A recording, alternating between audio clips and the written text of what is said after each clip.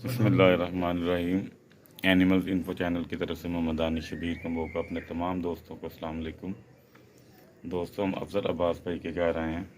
जिस छतरे की हमने ट्रीटमेंट की थी उसकी अपडेट आपको देते हैं इंशाल्लाह ताला वीडियो में साथ। अफजल अब्बास हमारे बहुत प्यार वाले भाई हैं।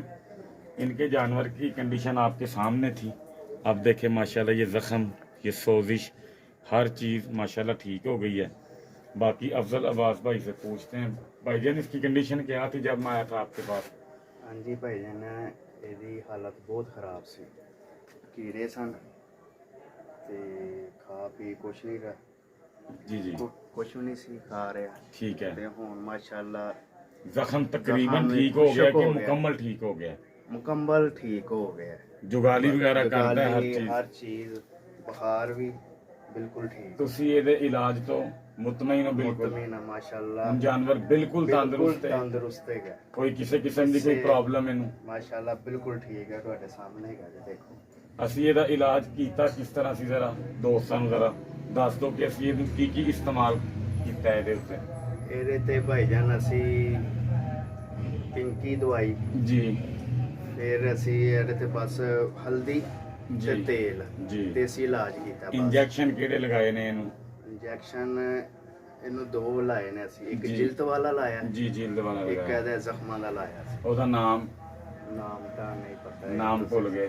ਪੈਨਾਕॉर्ड ਇੰਜੈਕਸ਼ਨ ਲਗਾਇਆ ਸੀ, ਠੀਕ ਹੈ। ਠੀਕ ਹੋ ਗਿਆ। ਇਹਦੇ ਕੀੜੇ ਸਫਾਈ ਵੀ ਇੱਕ ਦਫਾ ਕੀਤੀ ਸੀ ਪੈਟਰੋਲ डाल के, ठीक है। ਉਹਨੇ ਮੁਕੰਮਲ ਤੌਰ ਤੇ ਮਾਸ਼ਾਅੱਲਾ ਠੀਕ ਹੋ ਗਿਆ। ਮਾਸ਼ਾਅੱਲਾ ਮੁਤਮਈਨ ਹੋ ਤੁਸੀਂ? ਬਿਲਕੁਲ ਮਾਸ਼ਾਅੱਲਾ, ਬਿਲਕੁਲ। ਚਲੋ, ਚੈਨਲ ਦੇ ਉੱਤੇ ਹੋਰ ਤੁਸੀਂ ਦੋਸਤਾਂ ਨੂੰ ਕੁਝ ਕਹਿਣਾ ਚਾਹੋਗੇ ਜਾਨਵਰਾਂ ਦੀ ਕੇਅਰ ਦੇ ਬਾਰੇ ਚ ਕਿ ਇਸ ਤਰ੍ਹਾਂ ਦੇ ਜ਼ਖਮ ਦੇ ਵਿੱਚ ਇhtiyat ਕਿਸ ਚੀਜ਼ ਦੀ ਹੈ? ਬਸ ਭਾਈਆਂ ਨੂੰ ਮੈਂ ਇਹੀ ਕਹਿਣਾ ਚਾਹਾਂਗਾ ਕਿ ਛੋਟੀ ਬਿਮਾਰੀ ਫੜ ਲਓ, ਕਿਉਂਕਿ ਮੈਂ ਉਦੋਂ ਧਿਆਨ ਨਹੀਂ ਸੀ ਕੀਤਾ। ਇਹ ਤੇ ਫਿਰ ਮੈਂ ਜਦੋਂ ਦੇਖਿਆ ਅੰਦਰ ਸਰਾਖ ਹੋ ਗਏ ਸਨ, ਮੈਨੂੰ ਐਸੀ ਹੈ ਮੂੰਹ ਪੱਕ ਗਿਆ, ਬਾ ਟਿਊਬ ਲਾ ਰਿਹਾ। ਮਗਰ ਭਾਈ ਉਹਨਾਂ ਨੇ ਦੇਖਿਆ ਕਿ ਇਹਨਾਂ ਦੀ ਮਿਹਰਬਾਨੀ ਇੱਥੋਂ ਤਿੱਕਰ ਮਤਲਬ ਕਿ ਕਮ ਸੇ ਕਮ ਕੀੜੇ 20 ਕੀੜੇ ਵਿੱਚੋਂ ਸੁੰਡੀਆਂ ਨਿਕਲੀਆਂ ਨੇ। 2 दिन और गुजर जाते हैं ना तो ये जानवर का बहुत ज्यादा काम खराब हो जाना था। गले तक जो है ना इसका ये चला जाना था। तो बताने का मकसद सिर्फ यही है कि जरा सा भी फॉल्ट हो ना तो जानवर को देख के रहा करें ताकि उधर से कंट्रोल हो जाए। ज्यादा काम जब बढ़ जाता है ना तो फिर मामला बिगड़ते चले जाते हैं। बाज़ इंसान के बस में चीजें रहती नहीं है, ठीक है।